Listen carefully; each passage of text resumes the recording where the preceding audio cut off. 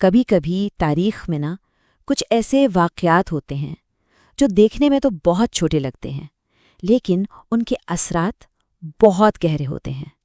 آج ہم بات کر رہے ہیں عقبہ میں ہونے والی بیعتوں کی، وہ خفیہ ملاقاتیں جنہوں نے ایک بالکل نئے دور کی بنیاد رکھ دی تھی۔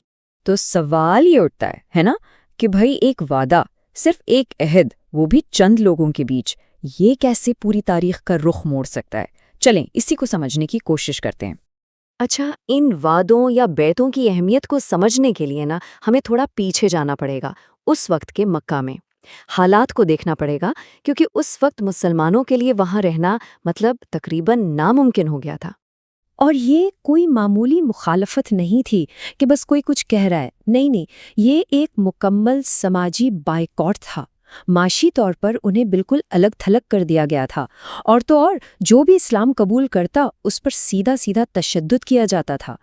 تو ایسے میں مکہ چھوڑنے کا فیصلہ کوئی آپشن نہیں تھا، یہ مجبوری بن گئی تھی، ایک ضرورت۔ اگر اس نئی جماعت کو بچنا تھا تو انہیں ایک نئی محفوظ پناہ گاہ ڈھونڈنی ہی تھی، جہاں وہ سکون سے، آزادی سے اپنے دین پر چل سکیں۔ اور پھر بالکل غیر متوقع طور پر امید کی ایک کرن نظر آئے۔ ہوا یوں کہ حج کا زمانہ تھا اور یثرب شہر سے، وہی شہر جو بعد میں مدینہ کہلایا، وہاں سے کچھ لوگ آئے نبی اکرم صلی اللہ علیہ وسلم سے ملنے۔ اور شروعات دیکھیں کتنی چھوٹی سی تھی، صرف 12 لوگ۔ جی ہاں، صرف 12۔ سوچے ذرا، تاریخ کی اتنی بڑی تبدیلی کی بنیاد صرف 1 درجن لوگوں کی ایک خفیہ ملاقات سے رکھی جا رہی تھی، مکہ کے پاس ہی عقبہ کے مقام پر۔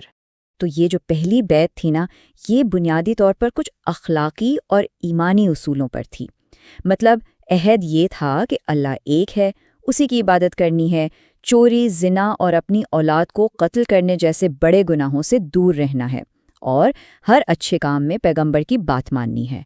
تو یہ ایک طرح سے ایک روحانی بنیاد تھی، ابھی اس میں کوئی سیاسی بات نہیں تھی۔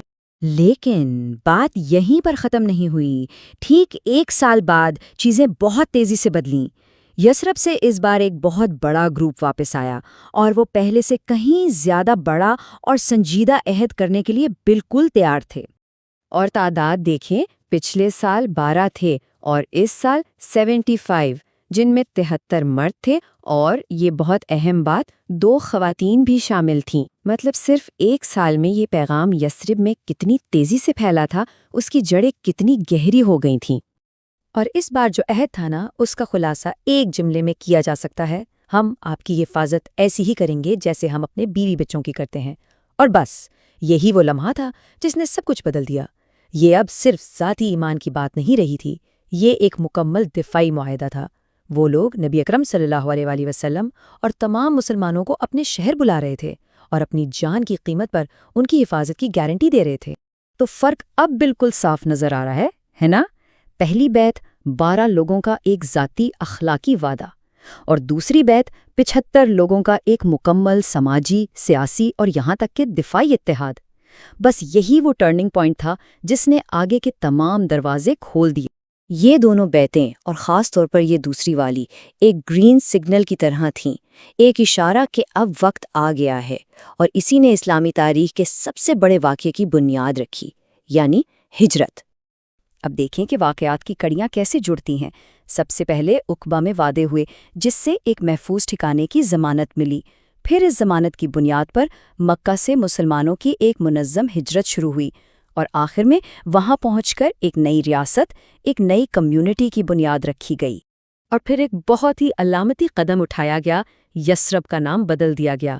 اب وہ تھا مدینۃ النبی، یعنی نبی کا شہر، جسے ہم آج مدینہ کہتے ہیں۔ تو یہ صرف ایک نیا گھر نہیں تھا، یہ ایک نئے معاشرے کا مرکز تھا، ایک کیپٹل تھا، جس کی پوری بنیاد عقبہ میں کیے گئے انہی وعدوں پر کھڑی تھی۔ تو واپس آتے اپنے بالکل شروع والے سوال پر، کیا ایک وعدہ تاریخ بدل سکتا ہے؟ جی بالکل بدل سکتا ہے۔ یہ پوری کہانی ہمیں یہی تو سکھاتی ہے نا؟ کہ تاریخ کے بڑے بڑے فیصلے اکثر بند کمروں میں چھوٹی چھوٹی خفیہ ملاقاتوں میں ہی ہوتے ہیں۔ اور یہ سوچنے والی بات ہے کہ آج ہمارے اس دور میں ایسی کون سی ملاقاتیں ہو رہی ہوں گی جو آنے والے کل کی تاریخ لکھ رہی ہیں۔